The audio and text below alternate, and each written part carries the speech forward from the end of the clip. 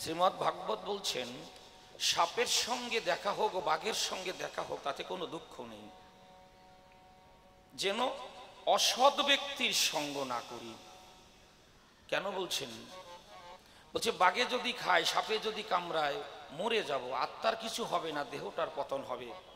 কিন্তু যদি অসৎ ব্যক্তির সঙ্গ হয়ে বসে জীবনে, তাহলে আমাকে আবার ৮৪ লক্ষ জন্ম পরিক্রমা করতে হবে। কথাটা বলছেন ভাগবত ঠিকই, কিন্তু আমি তো একজন অসৎ। তাই একটু ভালো হবার জন্য আসরে এসে দাঁড়াই। কৃপা করবেন, আশীর্বাদ করবেন, যেন ওই কায়ে মনোবাক্যে আমি যাকে ভালোবাসি, যার জন্য চলি বলি, যিনি আছে বলে আমার আমিত্ব, যেন তাকে অপমানিত না করি, আমি যেন আমাকে অপমানিত না করি। এটুকু আপনাদের কাছে আশীর্বাদ চাই। হ্যাঁ, ওরে আমায় সইবি পুকু পথে টানে,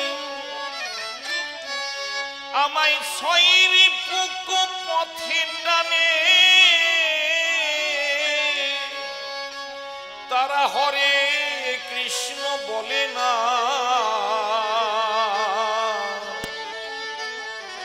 দেবীর দুর্লভ জনম পেয়ে আমার ভজন হলো না।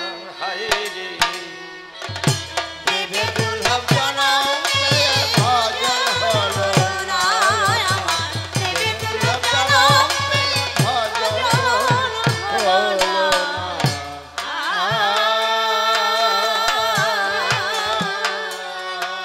আমায় সইরি পুকু পথে টানে, সইরি পুকু পথে টানে, হরে কৃষ্ণ বলে না, দেবীর দুর্লভ জনম পেয়ে ভজন হলো না, দেবীর দুর্লভ জনম পেয়ে ভজন হলো না।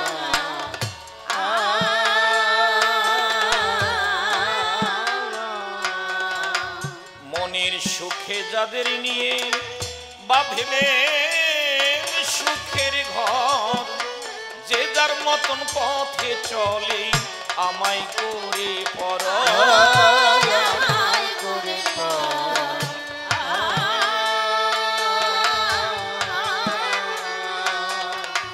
মনের সুখে যাদের নিয়ে বাঁধলেন সুখের ঘর, যে যার মতন পথে চলে আমায় করে পর,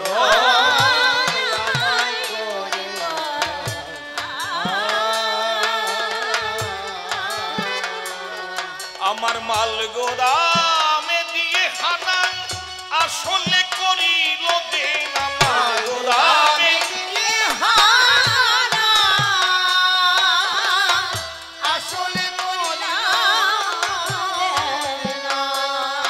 আমার মাল গোদামে দিয়ে হানা, আসলে করিল দেন আমার গোদামে,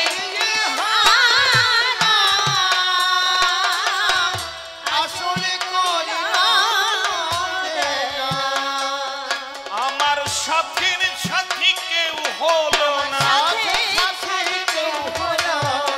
সাথের সাথী কেউ হলো না, পেলাম ত্রিতাপ যন্ত্রণা,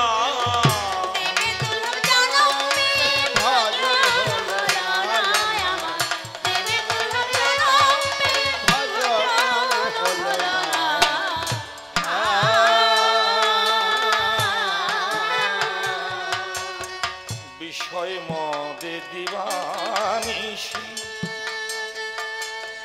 থাকি আমগন, দিনে দিনে ভুলিয়াছি শ্রী গুরু চরণ,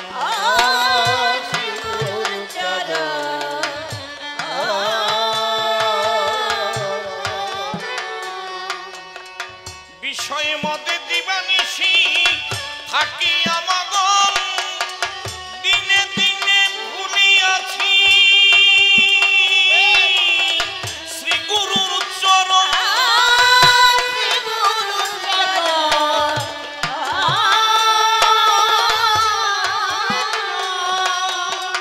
আসল কাজে দিয়ে থাকি কত রঙের ছবি আঁকি আসল কাজে দিয়ে ভাবি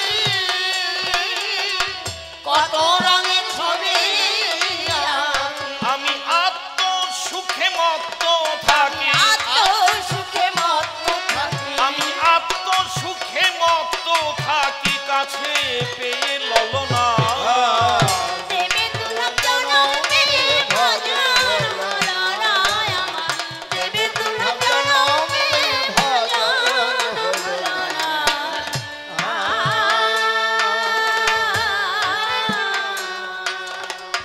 পশু পাখি দেবগণের আত্মনিবেদন মানুষ করে পাঠাও প্রভু করিব ভজন করিব ভজন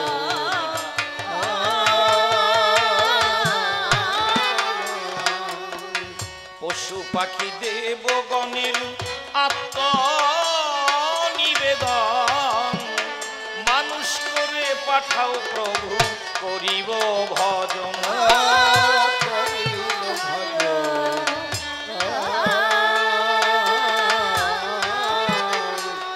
আমি মুখে বলবো হরি হরি ঝরে যেন নয়ন বাড়ি মুখে বলবো হরি হরি ঝরে যেন নয়ন আমি মুখে বলবো হরি হরি আমার ঝরে যেন নয়ন বাড়ি মুখে বলবো হরি হরি ঝরে যেন নয়ন বাড়ি দেব সাধুর পায়ে গড়া গড়ি সাধুর পায়ে গড়া গড়ি সাধুর পায়ে গড়া গড়ি সজলের তা হলো না দেবে দুর্লভ জনমে ভজন হলো না আমার দেবে দুর্লভ জনমে ভজন হলো না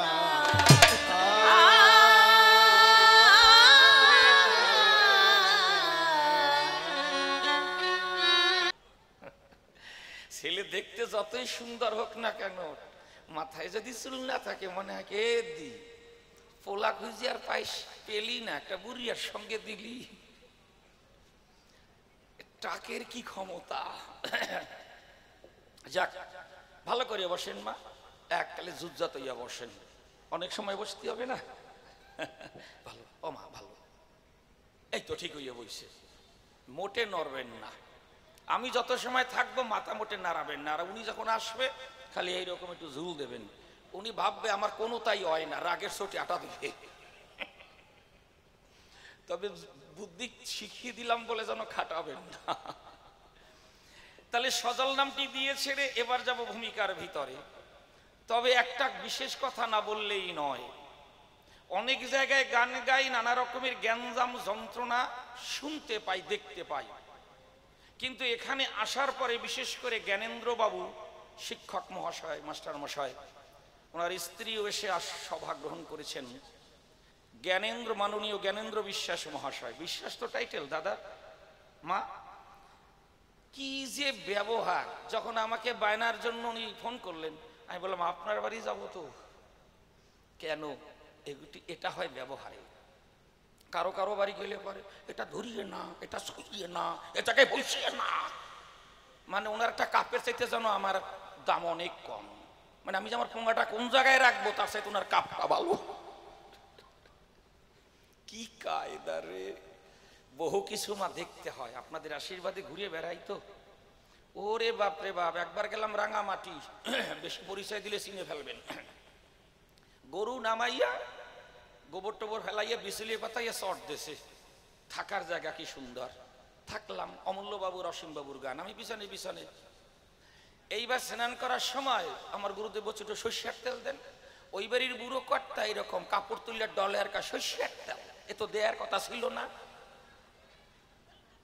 ভাবতে পারেন মানুষ দুদিন পরে বুড়ো মরবে তা ওই মোটামুটি 11-12 হাতের নিচে তো ধুতি হয় না 11 হাতি ধরলাম তা কাছাইয়া মাজায় তুলছে দুদিকে সুন্দর চালতের যে কি বলে ওই যে বের করে তেল ডলে আর কয় সর্ষের তেল, সরিষাও কয় না, সর্ষের তেল। এ তো দেওয়ার কথা ছিল না। কি মানুষ কতটা দেখি, ওরে কপাল রে। কোন কোন বাড়ির আবার ভদ্রলোক খুব মিশুকে হয়, ভালো হয়, বউর জ্বালায় পারে না, নাক শুটকে কবিতা, এইরকম ব্যাপার আর কি। কিন্তু মাননীয় জ্ঞানেন্দ্র বাবু এবং ওনার সহধর্মিনী কি যে অপূর্ব ব্যবহার, কিছু নিয়ে যেতে পারবো না, থাকে মানুষের স্মৃতি, তাই না? আর সঙ্গে যায় কর্মফল। কর্মফল এড়ানো যায়নি, যাবে না। অনেকে আমাদের মধ্যে ধারণা গঙ্গা স্নানে মনে হয় পাপ যায় না, ওতে পাপারও জড়ায়, এই জায়গায় মানুষ দাঁড়াতে পারে না। গঙ্গা স্নানে যদি পাপ যেত, তাহলে গঙ্গা পুত্র ভীষ্ম, যে গঙ্গার পেটে জন্ম নিলেন, তার সরসজ্জা হতো কি মা? বলুন, এগুলো একটু ভাববেন না? লোকে কইছে আর দৌড় মারলাম। কোন গঙ্গা স্নানে পাপ যায়? হে গোবিন্দ বা হে মা কালী বা মা দুর্গা, যাকেই মানি, বা জয় নিতাই জয় গৌর, তোমার করুণায় আমি এসেছি সুন্দর বসুধায়। তোমার কত বড় অপার করুণা। যেদিন আমার বাবা মায়ের কাছে করেছে দান, সেদিন আমরা ছিলাম অনেক ভাই বোন, আপনারা জানেন, ভক্ত প্রাণ কোটি কোটি, তার ভিতরে আমি বেঁচে আছি, এটা তোমার অপার করুণা। তাই যতদিন থাকবো জগতে, যেন জল ভরা আখিতে জয় নিতাই জয় গৌর বলে গাইতে পারি তোমার গুণগান। এই কথা বলে যদি কারো হৃদয় সিক্ত হয়, ভিজে যায়, তাকে বলে খাঁটি গঙ্গা স্নান। এ জায়গায় দাঁড়াবে না। কুম্ভ মেলায় কি দৌড়ে বাবা রে বাবা, মা বাবারে খেতে দেয় না, গুরুজনদের মান্যতা দেয় না, কুম্ভর মেলায় গিয়ে ডুবোচ্ছে। যাবে না কেন? যাওয়ার দরকার। যে কয়টা ডুবোইছে, তার আমি সবার কথা বলবো না, 90% ওই পাপ নিয়ে বাড়ি আইছে। এত সহজ। রেখে রেখে যদি দাড়ি কেহ পেত হরি, সাক থাকিত না দেশে। তৃণ নিচু হলে যদি হরি মেলে, ঘুগরা কেসুয়া তৃণের নিচুয়া যাবে কি ব্রজবাসে। শুনি কিন্তু মানি না, এটাই হচ্ছে আমাদের বড় একটা কায়দা। যাক, কায়দার তো আর শেষ নাই। তো যাক, কাকা বাবুর কথা বলতে গিয়ে এত কথা না, এটা যদি পরে ভুলে যাই এই জন্য বলি। তবে এখানে এসে কি আনন্দ বেশি পেলাম, এখানে সব পার্টির মিলেমিশে তারা আজ হরি বাসরে সংযুক্ত হয়েছেন, কোনো ডিফারেন্স নাই। বিজেপি, তৃণমূল, তারপরে সিপিএম, সবাই মিলিতভাবে এই মহতে অনুষ্ঠান করছেন, এই জন্য বড় আনন্দ।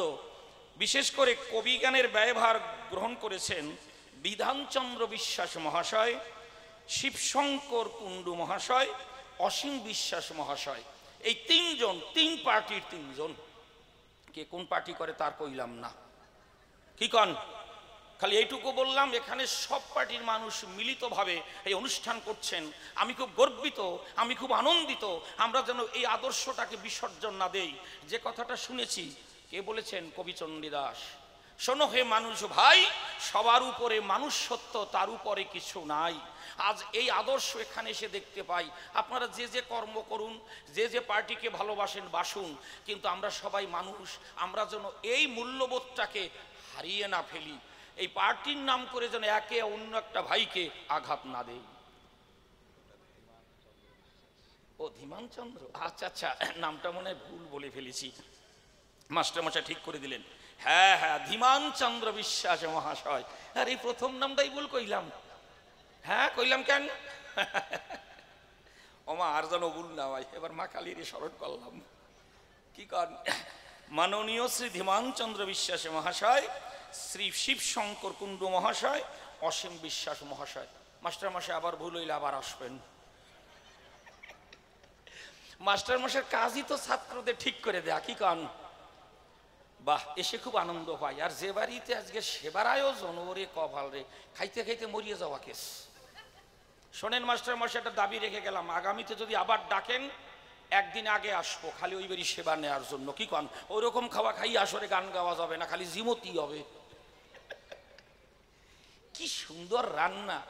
আর কোন কোন জায়গায় যায় তেল দিয়ে একেবারে কাম সারে, দুইয়ে দুইয়া খাওয়া লাগে। ওনারা তেল চেনে, মশলা চেনে, খাবা সোজ যাবা। আর এই মা কি সুন্দর রেঁধেছেন, বাহ, প্রণাম জানাই। নামটা জানি না, তাহলে নাম জানলে বলে দিয়ে যেতাম। কি নাম? আচ্ছা আচ্ছা, মাননীয়া কৃষ্ণা বিশ্বাস মহাশয়। ভুল কই নেই তো? আবার মাস্টার মশাই আশা লাগবে না তো? সরকার, এই মা কইল যে বিশ্বাস। কি কি সরকার? প্রমিলা, শর্মিলা সরকার মহাশয়। আবার ভুল, আর একবার আসেন।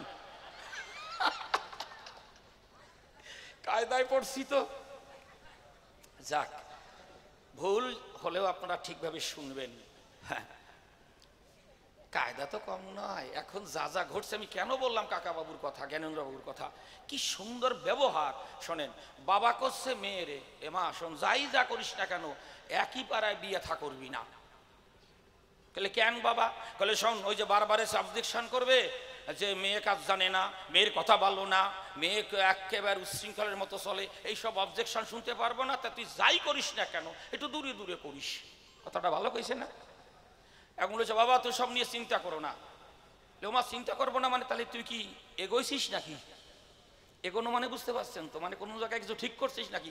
বলে বাবা ওসব তুমি কিছু মনে করো না, ও জ্ঞানেন মানে খগেন বাবুর মাধ্যমে আমরা ঠিক করে নেব। খগেন বাবু, আরো সংশয় না? বলে খগেন বাবু, ওরে মা তুই তাহলে এগোইছিস, তাহলে যার সঙ্গে তুই বিয়ে থা করবি সেই ছেলেটার বাবার নাম কি খগেন বাবু? বলে বললাম তো কোন রকম সমস্যা হবে না, খগেন বাবু কি দিয়ে সব সামলে নেব। বলে তুই মা এরকম কথা বলছিস কেন? বলে যার সঙ্গে তুমি বিয়ে দাও না কেন আমি তারে পেদাইয়া বাপের নাম খগেন বানাইয়া দেব। কি কায়দার! এইরকম যদি মেয়ে ছেলের পাল্লায় পরে কোনো পুরুষ, তা বাপের নাম নগেন খগেন হয়ে যায় না? না আমার কাকা বাবু ধন্য, অন্তত জীবনে তো। আর যদি ঘরের বউটু মিষ্টি হাসি দিয়ে কথা কয় আর ভালো নিরামিষ রান দিয়ে খাওয়ায়, সেই পুরুষের স্বর্গ আতাতি হবে না, স্বর্গ পোঙার ধারে। সত্যি কথা, মাইন্ডের নেই, রসিকতা। মানে শ্রদ্ধা অনুষ্ঠান হচ্ছে, সবাই তো শ্রাদ্ধ কইলেছেন, তাই না? শ্রাদ্ধ না করলে আমরা বুঝি না। শ্রাদ্ধ মানে হচ্ছে কোনো কিছুকে নষ্ট করে দেয়া। এটা সুন্দর ভাষা নয়, শ্রদ্ধা অনুষ্ঠান। যদি মা মারা যায়, বাবা মারা যায়, ঠাকুর দাদা মারা যায়, তাদের যে স্বজাতি ভোজন দেয়া হয় ওকে শ্রাদ্ধ বলেন, ওটাকে শ্রদ্ধা অনুষ্ঠান। আর ওই যে স্বজাতি ভোজন ওটাকে কয় শ্রাদ্ধ, তাই না? এই যে কতগুলো শব্দ আছে না, ভারী বেকায়দা। শ্রদ্ধা অনুষ্ঠান। যাই হোক, এবার পাল্লার মধ্যে যাই, মোটামুটি ভক্তরা এসে গেছে।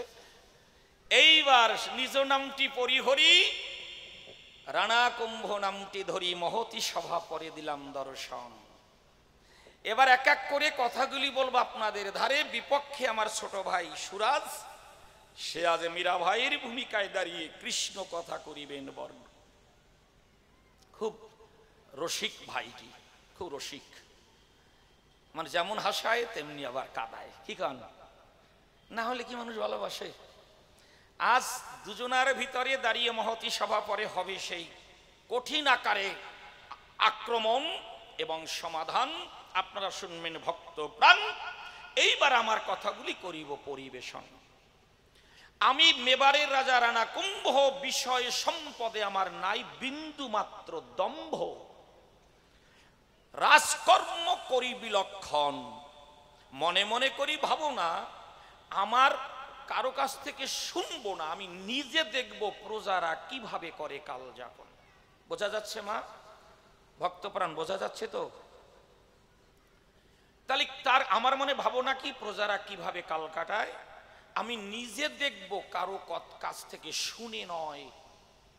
তাই একদিন উঠে ভোরে ঘোড়ায় চড়ে প্রভাতে করিতেছি গমনাগমন।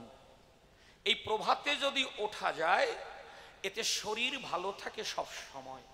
ওমা, স্বামী বড় চাকরি করছে, অনেক টাকা আছে, এই আনন্দে মা অন্তত সূর্যোদয়ের আগে শয্যাটা ত্যাগ করুন। কলকাতা গেলে দেখা যায় কিভাবে হাঁটে, মায়েরাও হাঁটে, পুরুষেরাও হাঁটে। হাঁটতেই হবে। সব জায়গায় পদে কাজ করে না, টাকায় কাজ করে না, ওখানে দেহটাকে একটু খাটাতে হয়। এইবার সকালে যখন উঠে ভ্রমণে যাই, দূর হতে ওই মীরাবাইকে দেখতে পাই, অপরূপ তার উপমাধুরী মুগ্ধ করেছে আমার নয়ন, যেন হরণ করেছে আমার মন। রূপে মুগ্ধ নয়ন আর গুণে মুগ্ধ মন। মানুষের শ্রেষ্ঠ অলংকার হচ্ছে কি জানেন? তার ব্যবহার। শ্রেষ্ঠ সম্পদ হচ্ছে তার চরিত্র, এতে কোনো সন্দেহ নেই। পৃথিবীর শ্রেষ্ঠ সম্পদ হচ্ছে চরিত্র, আর শ্রেষ্ঠ বন্ধু হচ্ছে মা বাবা। মা বাবা যদি বন্ধু হয় তার মতো আর আনন্দ থাকে না বসুধায়। এই জন্য যারা একটু শিক্ষাগত যোগ্যতা যাদের মোটামুটি আছে, ছেলে যখন উচ্চ মাধ্যমিক পাশ করে যায় তখন তার সঙ্গে বন্ধুর মতো কথা কয়, তাই না মা? তাহলে যখন ওই রূপ দর্শন করে ভালো লেগেছে আমার ভিতরে, কে কে এত সুন্দর নারী আজ জীবনের জন্য প্রথম আমি দর্শন করি। আমি ছুটে গিয়েছি মীরাবাইয়ের সদন। আমি তো অবিবাহিত পুরুষ একজন, এই মেয়েটিকে যদি আমাকে দেয় বহু আনন্দ পাবো আমি এই সংসারাঙ্গিনায়। মানুষের এই যে বদন, এই যে মুখ, এ মনের কথা কয়। কে কোন চরিত্রের মানুষ মুখ দেখলে মা অনেকটা বোঝা যায়। দুই একটা ব্যতিক্রম তো হতেই পারে, দুই একজন ব্যতিক্রম হবেই। দেখবেন যারা কুটিল প্রকৃতির মানুষ তারা খুব একটা হাসতে পারে না, ওটা কুটিল মানুষের লক্ষণ। মুখের এ দিদি দাদা কই গেছে জানি কোথায়, এই এরকম ভাব করে। ঘরে নেই, কি কে যেন ডাক দিয়েছে বা কোথায় যেন গিয়েছে, কোত্থেকে এসেছো তুমি অচেনা হলে, বসো দিদি বসো, কত কথা না। আর মনে করেন কোথা থেকে এক ফাজিল আইছে, এরকম ভাব করে। এইবার কি ঘটনা শুনুন যত সুধীজনা। যে দাঁড়িয়েছি, মীরা আমাকে একবার দেখে মাথাটাকে নত করেছে। এটাই ভদ্র নরনারীর লক্ষণ। আমি ডেকে বলি তার ধারে, বলো একটু তাড়া করে, তোমার কি পরিচয়, তোমার বাবার নাম কি? মীরাবাই ডেকে বলে, সত্য করে বলি খুলে, আমার পিতার নাম হচ্ছে মাননীয় শ্রী রতন, হ্যাঁ আমার বাবা রতন সিংহ। মানে খুব সুন্দর ভাষায় বললেন, মাননীয় শ্রী রতন সিংহ।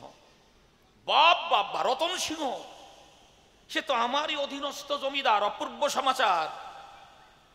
আমি বিলম্ব না করে ছুটে গেলাম সেই জমিদারের ধারে। আমাকে দেখতে পেয়ে বিচলিত হলো তার মন, রাজা এসেছে, মেবারের রাজন, আমাকে যে কোথায় বসতে দেবে এটাই তার যেন বিচলিত হয়ে ওঠার কারণ। আমি সজোরে করলাম বর্ণনা, আপনি বিচলিত হবেন না, আমি এসেছি একটা বিশেষ কথা বলবার কারণ। কি কথা? আপনার মেয়েটিকে দেখে বড় ভালো লেগেছে বুকে, ওই মেয়েটিকে কি দেবেন আমাকে?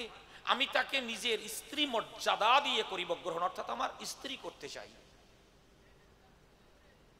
সঙ্গে সঙ্গে হাসি দিয়ে অধরে বলেছে, আমার ধারে একজন রাজার হাতে মেয়ে দিতে পারলে এর থেকে আর আনন্দ নাই।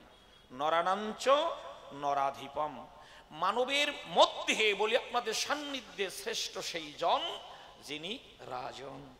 দেখুন রাজার হাতে এই সুন্দর অবনীত মেয়েটিকে করিবর্পণ, এটা তো বড় আনন্দের কারণ, যেন আনন্দে তার অন্তরটা ভরে গেল। এইবার ব্রাহ্মণ অগ্নি করে সাক্ষী, বরণ করলাম ঘরের লক্ষ্মী। দিনক্ষণ দেখে বিয়ে থা করলাম, বিয়েতে ভালো ব্যয়ও হলো। আমি জমিদারকে বললাম, আপনি চিন্তা করবেন না, আমি আছি। আপনার মেয়েকে বিবাহ করতে আপনার যাতে কোনো রকম কষ্ট না হয় সেদিকে লক্ষ্য রাখবো আমি। কথাটাকে তো অত্যন্ত দামি। এইবার কি ঘটনা, বিবাহ যখন হয়ে যায়, পালকিতে করে চলেছি ধীরে ধীরে আপনাঙ্গিনায়। যে মায়ের জঠরে করেছি জন্মগ্রহণ, সেই মা করিতে বরণ। বরণডালা হাতে করে দরজাতে দাঁড়িয়েছিলেন, কখন আসবেন আমার বৌমা, আমার স্নেহের নন্দন। কাছে যখন যাই মায়ের চরণে প্রণাম জানাই। আমার মা আমাকে জড়িয়ে ধরে দিয়েছে তার সেই বাৎসল্য প্রেমের পরশন। ডেকে করলো বর্ণনা, বাবারে জানো না, আজ থেকে তুমি একটা নবজীবনে করলে পদার্পণ। এতদিন যে জীবনে ছিলে সেটা একরকম, বিবাহিত জীবনটা অন্য রকম। বাবা তুমি কিন্তু নবজীবনে তুমি প্রবেশ করলে। যাও যাও, একটা কথা নাও, ওই যে আমাদের কুলদেবী মা কালী যার চরণ আমরা পুজি বা সেবী, তার চরণে জানাও তোমার আত্মনিবেদন। প্রণাম করো মায়ের পায়, যেন সংসার জীবন তোমার সুখের হয়। বৌমাকে নিয়ে যাও বাবা ওই যে দেবালয়। বিলম্ব না করে আমি ছুটে গেলাম মা কালীর মন্দিরের ভিতরে। একটা জবা ফুল হস্তে করিয়া গ্রহণ, একটা জবা ফুল নিয়ে করে ভাসিয়া নয়নের নিয়ে মায়ের চরণ পরে করিলাম অর্পণ। ও মা, আমার কোন অপরাধ মা, তব চরণে রেখো না জমা। যদিও আমি রাজন, কিন্তু নরাধম একজন। কি করে মায়ের বন্দনা করতে হয়, মাকে শ্রদ্ধাঞ্জলি জানানো যায়, আমি অন্য বিদ্যা কম বেশি শিখেছি, এক্ষেত্রে আমি একেবারে অজ্ঞ একজন। মা, যা করলে ভালো হয় আমি নিবেদন জানাই তোর পায়। আমি আজ নবজীবনে করেছি পদার্পণ। ও মা, এটুকুই তোর কাছে মা জানাই আমার আত্মনিবেদন। আমার প্রণামের পর্ব হলো শেষে। ঘটল কি পরিবেশ, ওই মীরা মন্দিরে যায়, পুরোহিত যারা করে কুলের হিত, সে একটা ফুল দিয়েছে মীরার হাতে, মা দাও মায়ের পায়। ঘটল কি ঘটনা শুনুন যত সুধী জনা। কিছুতেই মায়ের চরণে সেই জবা ফুলটা দিল না,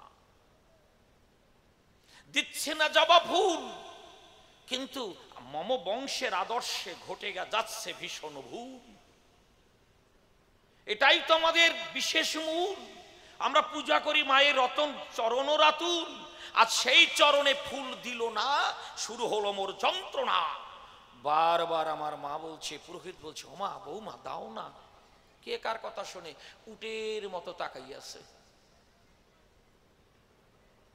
এইবার ওই যে সঙ্গে একজনকে পাঠায় না, ঠাকুরমা বা দিদিমা পাঠায়, তো এটা পরিবেশের সঙ্গে একটু অ্যাডজাস্ট করে দিতে, খাপ খাইয়ে দিতে। একজন একটু বয়স্ক, যদি ঠাকুরমা দিদিমা না থাকে তো বৌদিকেও পাঠায়। আমি গিয়ে বললাম সেই ঠাকুমাকে, ও ঠাকুরমা আপনি বলুন যদি একটা প্রণাম দেয়। দেখুন তো দেখি, আমি রাজা, অগণিত প্রজা, কিভাবে দাঁড়িয়ে রয়, আর একটা প্রণাম দিচ্ছেন, আমার মান সম্মান কিন্তু যায় যায়। সেও ডেকে বলছে, মীরা একই ভাবধারা, প্রণাম করো। কার কথা কে শোনে, দাঁড়িয়েই আছে। এইবার কি আর সহ্য হয়? রক্তিমি নয়নে যখন তাকাই মীরার পানে, আমার মা আমাকে দূর হতে করলো দর্শন। ওই যে আমার গর্ভধারিণী, শুনুন তার অপূর্ব বাণী, ডেকে বলো, রানা শান্ত হবার বিশেষ প্রয়োজন। এখনো মীরাবাই বালিকা, বিকশিত হয়নি জ্ঞানের কলিকা, তাই ও যা করছে ভুল হচ্ছে, কিন্তু শান্ত থাকা তোমার একান্ত প্রয়োজন। তুমি এখন কিছু বলবে না, কিন্তু চিরজীবন মাকে সম্মান করে এসেছি, আজও আমি তার ব্যতিক্রম করলাম না। দেখুন, আচার আচরণে মানুষ যে কত সুন্দর হয় তা ভাবা যাবে না। এবার একটা চলমান কথা বলি, শুনুন, যদি একটু মানুষের ভালো লাগে, একটু মন সুন্দর হয়। ভারতের একজন রত্ন মহাত্মা, কে বলুন তো? মহাত্মা গান্ধী, তাই না? তার কথা একটু সভায় দেব, বক্তৃতা আপনারা মার্জনা করবেন, যাতে একটু মানুষের মনটা একটু শুদ্ধ হয়। এই জন্য কথাটা আমি বলার চেষ্টা করছি, অপরাধ মার্জনা করবেন। ওই গান্ধীজি একদিন ট্রেনে চলছেন, যাবেন কোথায়? মোগলসরাই স্টেশনে। খুব বড় মাপের স্টেশন, কিন্তু একটা জংশন, তাই না? খুব বড় স্টেশন। যারা নানা দেশে গিয়ে, নানা রাজ্যে গিয়েছেন ভ্রমণে, তারা দেখেছেন খুব বড় মাপের একটা স্টেশন। কম করে উনি যেখান থেকে উঠেছেন, ওই মোগলসরাই যেতে 7 কি 10 ঘন্টা টাইম লাগবে। উনি যে বগিতে উঠেছেন, সেই বগিতে বলে আপনাদের সাক্ষাৎ একজন ধনাঢ্য ব্যক্তি উঠেছেন। মানে ধনাঢ্য মানে তো বুঝতেই পারছেন, বহু অর্থশালী একজন ব্যক্তি। মহাত্মা গান্ধী বসে আছেন, যাকে জাতির জনক বলা হয়, আর ওদিকে ওই ধনী ব্যক্তি বসেছেন, মাঝখান দিয়ে চলার জায়গা। কিন্তু ওই যে ধনী ব্যক্তি, উনি ঘন ঘন ওই কি যেন ওটা মুখে দিচ্ছেন, মানে পান জাতীয়, পানি ধরে নিলাম, লাল লাল পিক ফেলে আর কি, তাই ওই রকম তাম্বুল জাতীয় কিছু দিয়েছে মুখে মনসুখে। ওই কখনো কখনো পক করে সিটের পাশে ফেলায়। যেই ফেলায়, গান্ধীজি পেপার পড়তেছিলেন, পেপারে যেটা বিজ্ঞাপনের একটা কাগজ থাকে না, ওইটা ছিঁড়ে ছিঁড়ে মুছে ফেলে দিচ্ছে, যেখানে নোংরা ফেলে সেখানে ফেলে দিচ্ছে। 4-5 বার করেছে। আর ওই ধনী ব্যক্তি মনে মনে ভাবছে কি বলদ নাকি, এ কি কারো বাড়ির সার্ভেন্ট নাকি, মানে চাকর নাকি, আমি পিক ফেলছি আর উনি পরিষ্কার করে দিচ্ছে। দেখুন আচরণটা কেমন। যেই মোগলসরাই স্টেশনে ট্রেনটা ভিড়ে গেল, ঘটনা কি ঘটেছিল শুনুন ভক্তগণ। কি ঘটলো, গান্ধীজিকে গ্রহণ করবার জন্য, রিসিভ করবার জন্য কম করে 100 জন লোক উঠে গেল ট্রেনে। উঠে তাকে জড়িয়ে ধরে যেন কোলে করে নামালো। আর উনিও নামলেন, ওই ধনী ব্যক্তি নামার পরই দেখতে পাচ্ছেন কম করে 5000 লোক ওনার জন্য অপেক্ষা করছেন। কম করে 5000। ওখানে ওনার আজকের উনি বক্তব্য রাখবেন। উনি দেখে অবাক, এই মানুষটিকে আমি ভেবেছি সার্ভেন্ট, চাকর, জঘন্য একজন নিচ ইতর ব্যক্তি। উনি গিয়ে পড়লেন পায়, আপনি আমাকে ক্ষমা করুন, আমি বুঝতে পারিনি আপনার কি বা পরিচয়। গান্ধীজি জড়িয়ে ধরে বলছেন, আপনার ভুল কোথায়, আমি তো কোনো ভুল পাইনি। বলে, আপনি আমাকে আর লজ্জিত করবেন না, আমি থুতু ফেলছিলাম ট্রেনে, আপনি সযত্নে পেপার চিরে চিরে মুছে মুছে আপনি ফেলে দিলেন যেখানে সব নোংরা রাখা হয়, আমি তো আসলেই ভুল করেছি। সঙ্গে সঙ্গে গান্ধীজি বলেছিলেন, তোমার ভুল কি ঠিক সেটা আমি বলতে পারবো না, তবে যখন আমি পড়াশুনো করতাম প্রাইমারিতে, তারপরে হাই স্কুলে, তখন মাস্টার মশাইরা শিক্ষা দিয়েছেন, আমার বাবা আমাকে শিখিয়েছেন, যে জায়গাটায় তুমি থাকবে কিছু সময়ের জন্য যদি হয়, সেটাকে নিজের গৃহ ভেবে পরিষ্কার পরিচ্ছন্ন রাখবে। তা আমি ট্রেনে উঠেছি, ওটা 10 ঘন্টার জন্য হলেও তো আমার, তাই পরিষ্কার পরিচ্ছন্ন রাখার দায়িত্ব আমার, আমি তাই পরিষ্কার করেছি। আপনার কাজ আপনি করেছেন, আমার কাজ আমি করেছি। সঙ্গে সঙ্গে ধনী ব্যক্তি বলছেন, এইরকম আদর্শ যেন জীবনে গ্রহণ করে মানুষের মতো মানুষ হতে পারি। উনি জড়িয়ে একেবারে গড়িয়ে পড়লেন গান্ধীজির পায়ে। সেদিন থেকে এই ভুলোকে ওই ধনী ব্যক্তি গান্ধীজির একজন পরম ভক্ত হয়ে যায়। আছে আমাদের মধ্যে এরকম সহনশীলতা? ঘটনাটা কি বোঝা গেল? এই হচ্ছে আচরণ। আমার মাও ডেকে বলল, তখন কিছু বলো না, ও এখনো ছোট, সবকিছু বুঝে উঠতে পারিনি, জ্ঞানের বিকাশ ঘটেনি, তুমি শান্ত হও। তবে শোনো রানা, তুমি ছোট্ট একটা গৃহ করিবে নির্মাণ। কেন? শোনো আমার সমাধান। সেখানে মীরা থাকবে বিলক্ষণ, ওখানে থাকবার পরে যখন পরিবর্তন আসবে ওর ভিতরে, তখন আমি হাসি মুখে ঘরে করব আনায়ন। শোনো বাবা, এখন তো ছোট্ট মেয়ে, ক্ষমা করার দরকার, ওকে সংস্কার করার দরকার, ওকে একটু সুযোগ দেওয়ার দরকার, তুমি কিছু বলো না। কারণ পয়সা পাতির তো অভাব নাই, তৈরি করে দিলাম ঘর, ওখানেই থাকে হরষিত অন্তর, ওখানে থাকে মনের পুলকে মন দিয়ে আরাধ্য দেব গিরিধারীর পায়। কিন্তু আমি তো রাজকার্যে মনোনিবেশ করেছি শত সুধিচয়। কিছুদিনই পরে আমার বোন যমুনা মনে মনে চিন্তা করে যে বিয়ের আগে ছেলে কিংবা মেয়ে কতভাবে এলোমেলো লাভ দেয়, আর বিয়ের পরে কি করে একা একা কাল কাটায়, করে কি? ওই ঘরের কাছে যায়, জালনা দিয়ে দেখতে পারে সননবিজ্ঞ নারী নরে আকবর বাদশাহ নামাঙ্কিত একখানা হার রয়েছে আরাধ্য দেবতা গিরিধারীর গলায়। একই হারি, একই হারি, আমার দাদার ঘরের নারী, সে পরপুরুষের সঙ্গ নেয়। কেউ কেউ কাউকে যদি ভালো না বাসে, কোনোদিন মনের উল্লাসে এভাবে কোনো মূল্যবান বস্তু দেয়? বাস্তব মিলিয়ে দিন। প্রথম যখন একটু সম্পর্কটা তৈরি হয় ওইটা ফুচকা টুচকা খাওয়ায়, তাই না, লজেন্স টজেন্স দেয়। তারপরে যখন সম্পর্ক আস্তে আস্তে ভিতরে গড়ায়, তখন একটা মূল্যবান জিনিস দেয়, প্রথম চোটে দেয় না। তে তো মানে গভীর থেকে গভীর তর প্রেম। কি আবার আকবর বাদশার নাম খোদাই করা। সহ্য করতে না পেরে ছুটে এলো আমার ধারে, দাদা দাদা, সর্বনাশ! কি সর্বনাশ? বংশের মান সম্মানে দেবে তোমার ওই বউ, মানে বৌদি বাস। কি কি বলিস তুই? বলে, জানো দাদা, তোমার মনটা দিব সাদা, রাজকার্যে দিয়েছ মন, ওদিকে ঘটছে অঘটন, এটা একটু দেখার প্রয়োজন। খালি পুরুষ একরকম ভাবে থাকলে হয় না, সেই পুরুষ যার আছে সার্বিক হুঁশ। তুমি ওখানে রাতে থাকো বা না থাকো, দেখবা না বৌদি করে কি? হ্যাঁ, দেখো গিয়ে তোমার কাছে থাকে না, তোমায় ভালোবাসে না, পরপুরুষ ছাড়ে না। একজন মুসলমান ওই ঘরে করে গমনাগমন, আমি দেখে এলাম। আমি সঙ্গে সঙ্গে বললাম, ও বোন মিথ্যা কথা বলছিস না তো? মিথ্যা বলে এক সরে দাঁত ভেঙে দেবো তোর। বলে দাঁত কটা পরে ভাঙবা, দাঁত ভাঙার সময় বাবা আগে তো দেখে নাও। আমার দাদা ওই ঘরে যায়, গিয়ে দেখতে পায় সঠিক কথাই বলেছে আমার বোন, আমার কাছে মিথ্যা নয়। কিন্তু আমিও তখন খুব শান্ত হলাম। কেন? আপনারা বলতে পারেন আপনি কিরকম পুরুষ, এত বড় একটা ঘটনা দেখে আপনি সজোরে হুঙ্কার দিলেন না? না, দেয়া যাবে না। কখনো কখনো জ্ঞানের ভীষণ পরিচয় দিতে হয়। দেখবেন বলদের বিচার একরকম, পণ্ডিতের বিচার একরকম। যদি আমার চরমতম শত্রু সেও যদি জ্ঞানী হয়, আপনাকে বাঁচিয়ে দেবে। জানি আছে। আজকের একটা বিষয় আমার কাছ থেকে বুদ্ধি নিতে এসছে, সে সঠিক বুদ্ধি দেবে। কি? ওর সঙ্গে জানি আমার বিবাদ আছে, তা থাক। ছোট্টটা ঘটনা না বলে পারবো না, আমি ম্যাগাজিনে পড়েছি। মানে পাশাপাশি বাড়ি, কিন্তু ওই জমি জমা নিয়ে এত বিবাদ, একজন আর একজনকে মেরে ফেলতে পারলে বাসে। এখন কি হয়েছে জানেন? ওই দেনার দায়ে ছেলে বিদেশে কাজে পাঠায়, এদিকে বৌমার মানে গর্ভের সঞ্চার হয়েছে, পেটে বাচ্চা এসে গেছে। কত বড় অসম্মানের ব্যাপার! কি করা যায়? ছেলে থাকে না বাড়ি, আর বৌমার এই অবস্থা দর্শন করি, এ তো লোকে যা ইচ্ছা তাই বলবে।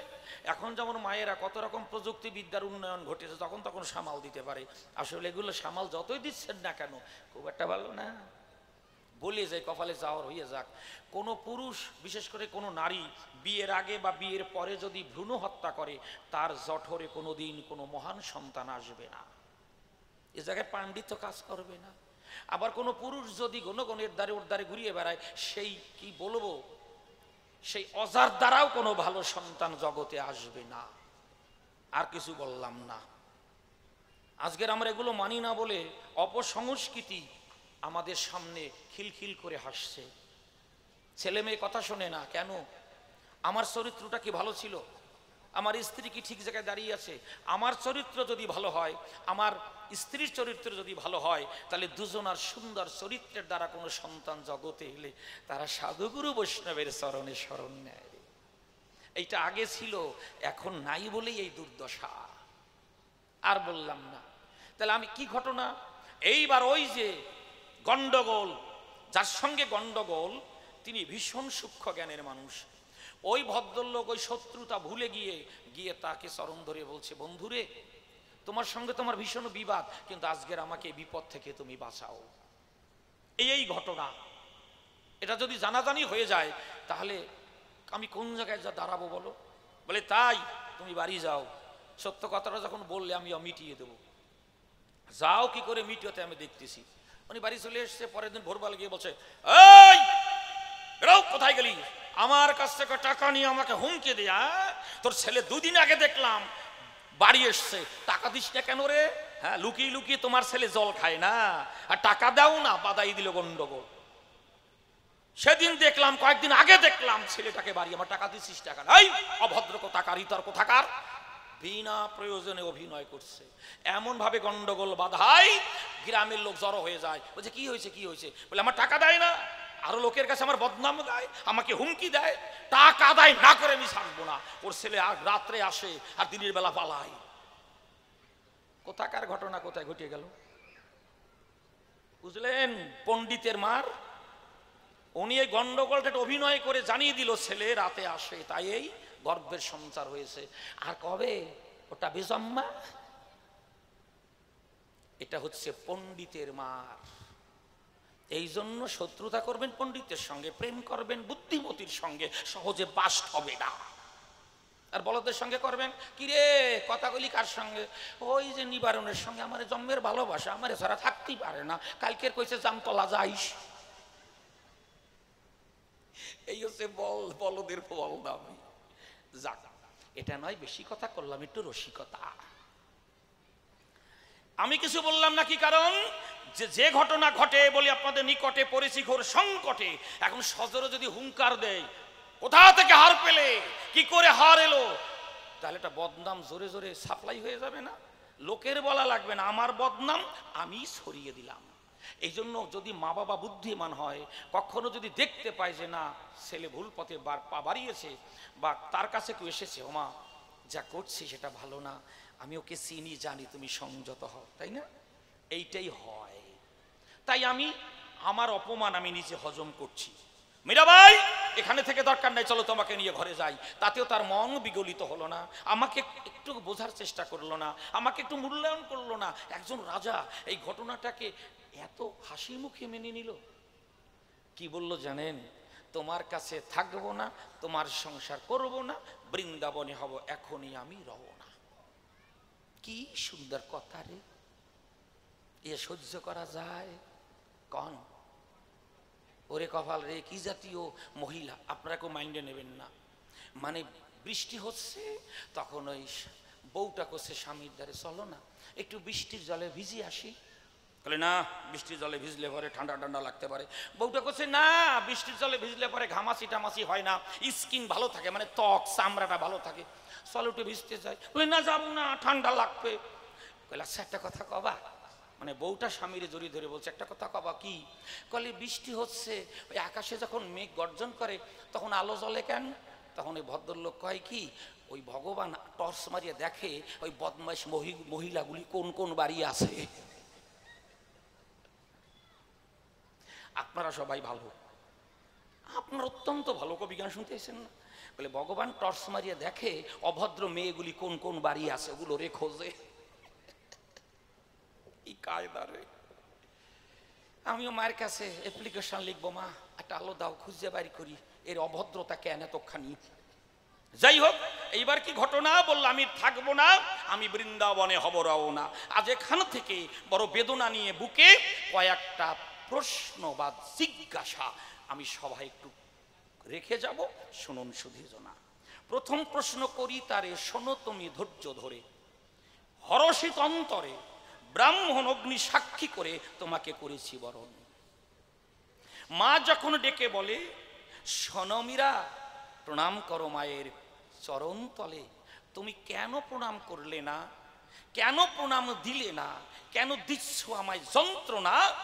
এ ধরনের আচরণের তাৎপর্য কি, এই আচরণের গতিবিধি কি, তোমার ভিতরে এমন কোন চিন্তাধারার হয়েছে জাগরণ, তাই আমাকে অপমানিত করে, আমার মাকে ব্যথা দিয়ে অন্তরে আজ এহেন একটা আচরণ করলে তুমি, এটা আমার জানতে আকিঞ্চন।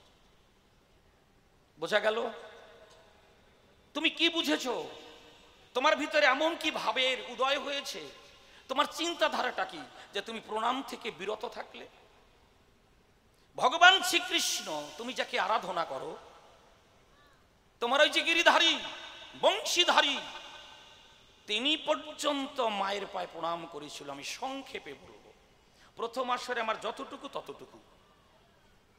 এইবার কি, কৃষ্ণ যদি প্রণাম জানায়, রাধারানীও প্রণাম করেছে মা কালিকার পায়ে, অগণিত প্রমাণ আছে, আমি দ্বিতীয় আসরে বলবো, খালি একটু স্মরণ করিয়ে দিয়ে গেলাম। তা রাধারানী আবার ওই যে কৃষ্ণ চিন্তামণি প্রণাম করেছে মায়ের পায়ে, তুমি কি তার থেকেও বেশি কিছু বুঝে ফেলেছো? তুমি কি বেশি কোনো চিন্তাধারা পোষণ করছো? তাই প্রণাম থেকে বিরত হলে কেন, এটা আমার জানতে আকিঞ্চন। এই প্রথম জিজ্ঞাসা। এইবার দ্বিতীয় প্রশ্ন করি, সবাই এমন কোন ভুল, আমার কোন কথা, আমার কোন আচরণ, আমার যদি এলোমেলো হয়ে থাকে কোনো গমনাগমন, এমন কোন ভুল দৃষ্টান্ত দেখে তুমি আমাকে করিবে বর্জন, তুমি আমাকে রেখে মনসুখে গিরিধারীকে নিয়ে বুকে তুমি যেতে চাইছো মধুর বৃন্দাবন। আমার কোনো কষ্ট হচ্ছে না তো বুঝতে? আমার এমন কি ভুল, আমার যদি ভুলটা যথার্থ হয় তোমার কাছ থেকে শিখতে আমি প্রস্তুত। আমি এরকম কোনো মানসিকতা নিয়ে, গোড়ামি নিয়ে পথ চলি না। আমি ওই আদর্শে বিশ্বাসী, আকাশ আমায় শিক্ষা দিল উদার হতে ভাই রে, মানুষ হওয়ার মন্ত্রণাটি বায়ুর কাছে পাই রে, বিশ্বজোড়া পাঠশালা মোর, সবার আমি ছাত্র। এই ভাবনা নিয়ে পথ চলি। তাহলে বলো তোমার কথাগুলি, কেন তুমি আমাকে ছেড়ে যেতে চাচ্ছ ব্রজপুরে, এর কারণ কি? এটা একটু বলবে সভায়।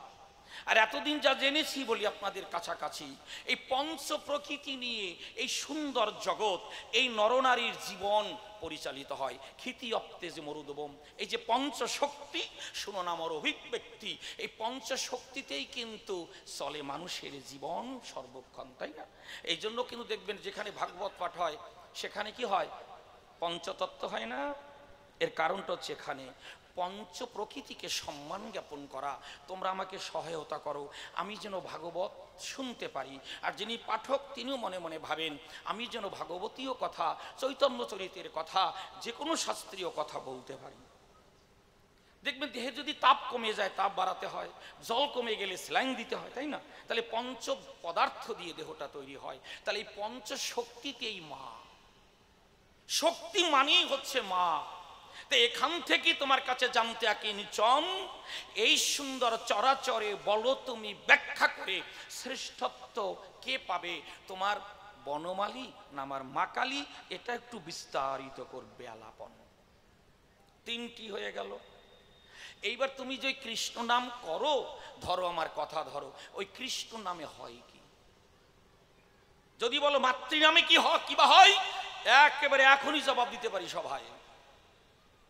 কোন যুবতীও যদি আমার কাছে এসে দাঁড়ায়, কথার কথা উদাহরণ হিসাবে মা শুনুন, কোন যুবতীও যদি আমার কাছে এসে দাঁড়ায়, এ জায়গায় দাঁড়াবে না, হয়তো ঘরে গেলাম বা চলছি পথে, তখন দেখা হলো, ফাঁক ফোক তো কখনো না কখনো থাকে, কি কন? হয়তো কাছে এসে দাঁড়ালো, আমি যদি তার চলা, তার বলা, তার নয়ন ভঙ্গি দেখে কিছুটা তো বোঝা যায়, আর আমি যদি সে প্রকাশ করার আগে বলে ফেলি, ও মা এভাবে কেন ছুটে এসেছো মা, কিছু বলবে আমাকে? ওই মুহূর্তে ওই মহিলা তার কুভাবনাটা প্রকাশ করতে পারবে না। আর যদি কোনো ভালো উদ্দেশ্য থাকে বলে দেবে। আবার যদি এই কুবুদ্ধিটা খাটাতে হয় কিছু সময় পরে, মা শব্দের এমনও মহিমা। একটু খাটিয়ে দেখবেন, বউকে নিয়ে শুইছেন, হঠাৎ করে হয়তো স্ত্রী, কার কখন ভাব জাগে সে যারা যারা ব্যাপার আলাদা, হয়তো একটু হাত দিল গায়ে, আর আপনি যদি হাতটা সরাই বলেই ফেলেন, অমা একটু সরিয়ে আসো, বউ সারা রাতে ঘুমোতে পারবে না। কয় কি আমারে মা কইল কেন? মিনসে আমার মা কয়, আমার মনে হয় প্রয়োজন ফুরিয়ে গেছে, মানে অন্য জায়গায় কাউরে পাইছে। এই ভাবতি ভাবতি চোখের জলে বালিশ ভিজবে, সারা রাত ঘুমোতে পারবেন না। একদম টাটকা কথা, খালি এইটুক বলবেন, ও মা তুমি একটু সরিয়ে আসো, গায়ে হাত দিয়ে না। তাহলে মা শব্দে কি হয়? মা শব্দে কাম দমন হয়। আপনারা যারা রামায়ণ শুনেছেন সেখানে দেখবেন, যখন লবকুশীকে বলেছিলেন, কে? সে বাল্মীকি মুনি, আমি যা যা তোমাকে প্রশিক্ষণ দিলাম, আমি যত যত বাণ তোমাকে দিলাম, কোনো বাণ কোনো বিদ্যা যদি কাজে না আসে, মা জানকীর নামে দোহাই দিও। জয় মা জানকী, জয় মা জানকী, জয় মা জানকী, কোনো বিপদ তোমার সামনে এসে দাঁড়াবে না। তাই হয়েছিল। কত বড় ঘোড়া ওই মাতৃ নামে করে দিল ঘোড়া। লতা পাতা দিয়ে কি ঘোড়া বাঁধা যায়? ওই ছোট ছোট দুটি বালক কিছুতেই বাদ মানে না, ঘোড়া পালায়। যখন মায়ের নামে ধ্বনি দিল, অত বড় একটা ঘোড়া, অশ্বমেধ যজ্ঞের ঘোড়া বাধা পড়ে যায়। তাহলে মাতৃ নামের কি মহিমা, এটা বলবার জন্য এই কথাটাকে স্মরণ করলাম। তাহলে তোমার কৃষ্ণ নামে কি হয়? আমার কথা নয়, অনেক মানুষের মুখে শোনা যায়, কৃষ্ণ ভজন করে যারা অতিমাত্রায় তেলাসোরা তারা। আসরে সবাই ভালো, এটা উদাহরণ, কষ্ট পাবেন না, এটা ভূমিকা তো একটু ঝাঁকা নাকা না করলে হয়, কি কান? খালি একে তেলের মতো কইয়ে গেলে হবে না, মাঝে মাঝে একটু ঝাঁকা দিতে হবে। এরকম কথা বলে, আমি কব কেন? আমি মাতৃ নামে আকুল। তাহলে এই যে তুমি কৃষ্ণ নাম করো, এই কৃষ্ণ নামে হয় কি, এই নামে আছে কি, এটা একটু ব্যাখ্যা করে বুঝাবে আমায়। আবার বলছে এই নাম নাম নয়, আরো নাম আছে, এই নাম নিয়ে যাবে সেই নামের কাছে, সে নামটাই বাকি, এটা একটু বলে যাবে ব্যাস।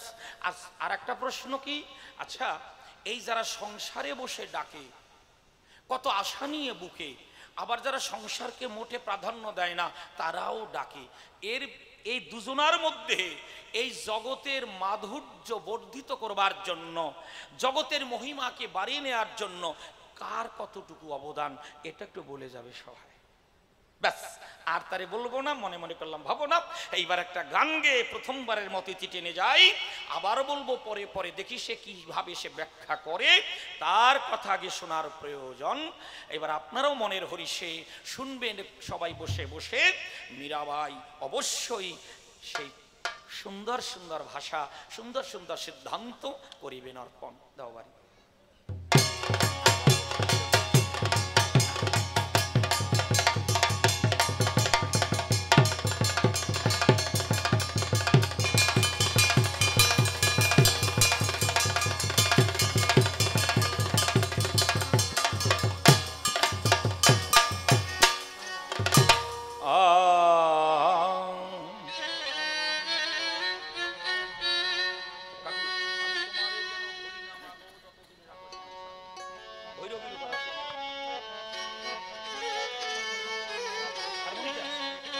দাদা একটু হারমোনিটা বাড়িয়ে দিন, হারমোনিটা।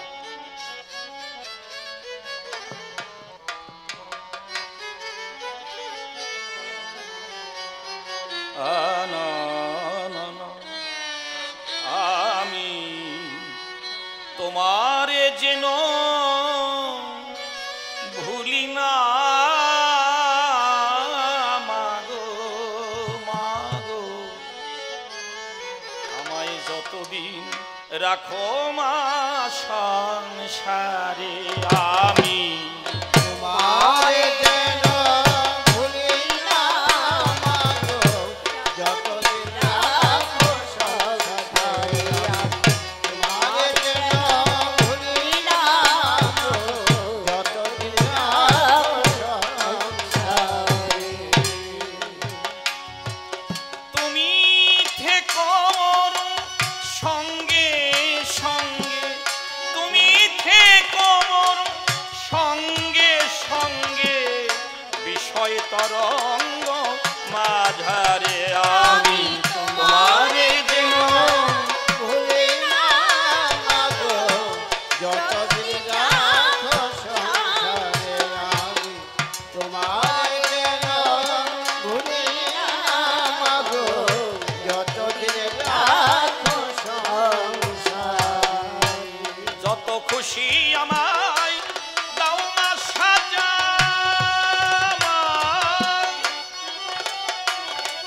যত খুশি আমায় দাও না সাজা, তোমারে করেছি দেহেরি রাজা। যত খুশি মাগো দাও সাজা,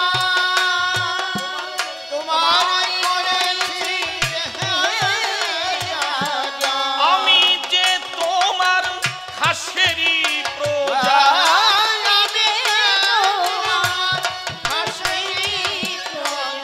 আমি যে তোমার খাসেরি প্রজা, চিনো নাকি মা আমারে, আমি তোমারে যেন ভুলি না মাগো, যতদিন রাখো সংসারে। আমি তোমারে যেন ভুলি না মাগো, যতদিন রাখো সংসারে। তব ইচ্ছা যদি নরকে ফেলিবে মা, মা তারা মা, মা মা মা গো। তব ইচ্ছা যদি নরকে ফেলিবে,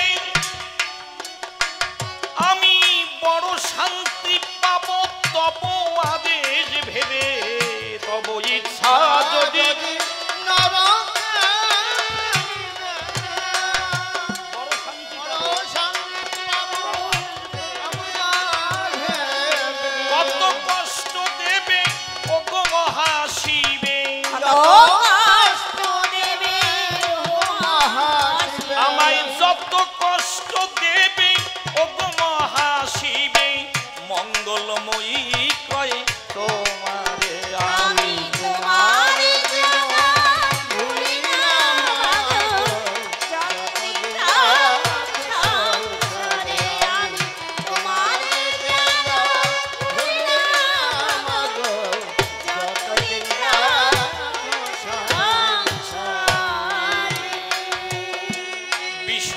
কণ্টক বিধিলে গায়ে মন যেন থাকে তপরানা পায়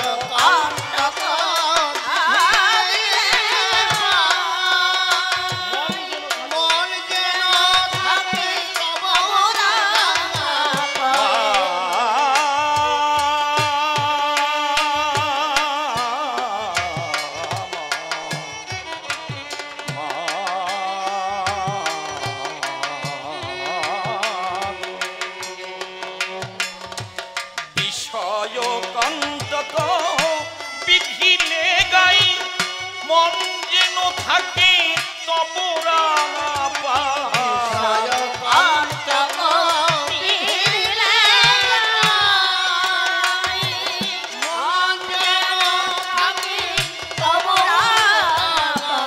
ভবা পাগলা ভবে কিছু নাহি চায়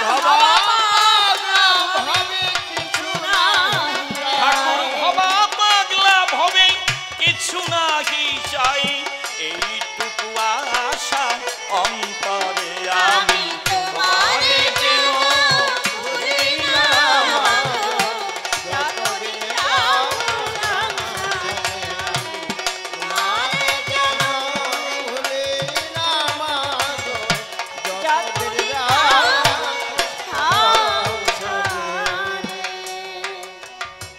শোনো মীরাবা, কিছু কথা তোমার কাছে করিব বর্ণন, ধৈর্য ধরে কথাগুলি এবার করো আস্বাদন। কথায় কথায় ধর্মসভায় মনে পড়ে যায়, সমাধান দিও তুমি দাঁড়িয়ে সভায়। কেন প্রণাম দিলে না তুমি মা কালীর চরণে, ভালো করে বলবে কথা সভারই প্রাঙ্গণে।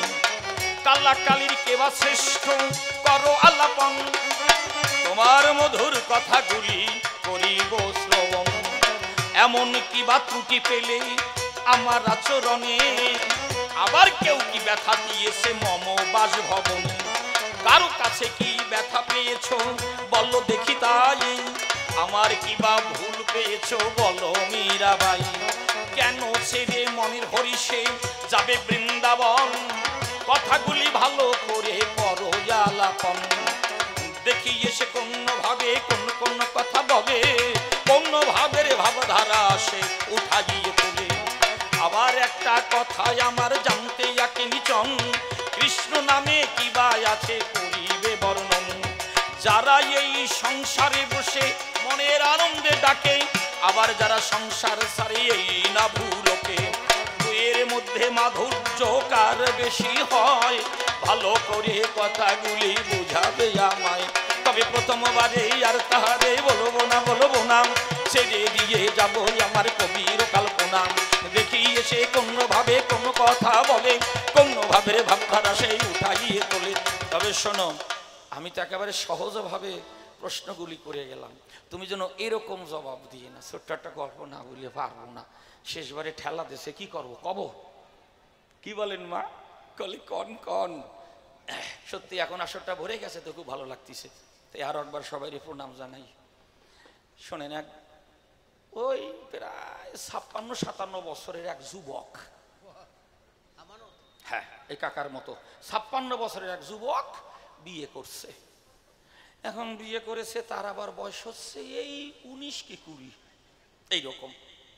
বিয়ে থা করেছে, এত আনন্দ ওরে আনন্দ রে। এখন যেদিন এই ফুল সজ্জার রাত, এক জায়গায় হইছে কাত। এখন দুইজন যে এক জায়গায় শুয়েছে, এখন ওই যুবক 57 বছরের যুবক গান ধরিছে, আমি ঠকি নাই ঠকি নাই। কিরে, ফুল সজ্জার রাতে শুইছে এক জায়গায়, আমার একটু আলিঙ্গন দেবে, চুম্বন দেবে, প্রীতির পরশন দেবে, গান গায় কেন? এখন বলছে কি গো তুমি গান গাচ্ছ কেন, আজকের কি সব গান গাওয়ার দিন নাকি? বলছেন আমি গাবো তাই গাবো। বলে গাচ্ছ কেন? বলে শোনো, আমার বয়স 57 বছর, এহেন বয়সে আমি তোমার মতো 19 কি 20 বছরের কচি মাইয়া পাইছি। তাও আমার কে কথা জানে না কেউ, তুমি আমার 9 নম্বরের বউ। তাই আমি আনন্দের চোটে গান গাচ্ছি, আমি ঠকি নাই ঠকি নাই। বলে তুমি এই জন্য গান গাচ্ছ? বলে তাহলে আমিও একটু গাই। এবার বউটাও গান ধরিছে, আমি ঠকি নাই ঠকি নাই। বলছে আমি তো গাইছি গাইছি, তুমি গাচ্ছ কেন? বলে তুমি বললে না যে আমারে দিয়ে তোমার 9 নম্বরের বউ, আর তোমারই দিয়ে আমার এই 10 জন, আমি ঠকি নাই ঠকি নাই। তাহলে এ জাতীয় কথাবার্তা যেন বলে না, বুঝলে? থাক, তবে আর বেশি কথা বলবো না, ছেড়িয়ে দিয়ে যাবো আমার কবির কল্পনা। আছেন যত সাধু গুরু বৈষ্ণব সুজন, পুনঃ রেখে গেলাম আত্মনিবেদন। অনেকে ভাবে অনেক কথা বলতে গেলে পরে ভুল ত্রুটি হতে পারে, জানেন নারী নরে। তাই তো সবার কাছে নিবেদন জানাই, ভুল ত্রুটি হলে আমার ক্ষমা ভিক্ষা চাই। পুনঃ রেখে গেলাম বিশেষ নিবেদন, ভালো ভালো কথা তিনি করিবেন বর্ণন। তার কথা শুনে আনন্দ যে পাবে, আনন্দ নিয়ে সবাই যার যার বাড়ি যাবে। পিতা মাতা চরণ করি অনুবন্দন, যাদের কারণে পেলাম আমি মানব জীবন। প্রণাম জানাই আমার ওই গুরুদেবের পায়, তার শুভ আশীর্বাদে দ্বারাই সবাই সামলায়। তবে আর বেশি কথা বলার দরকার নাই, আমার মতো আমি এবার শেষ করে যাই। এই পর্যন্ত আমার পর্ব দিলাম সাঙ্গ করি, যার যার ইষ্ট প্রেমানন্দে বলুন হরি হরি। জয় মা তারা, জয় মা শঙ্করী, জয় মা ভবতারিণী।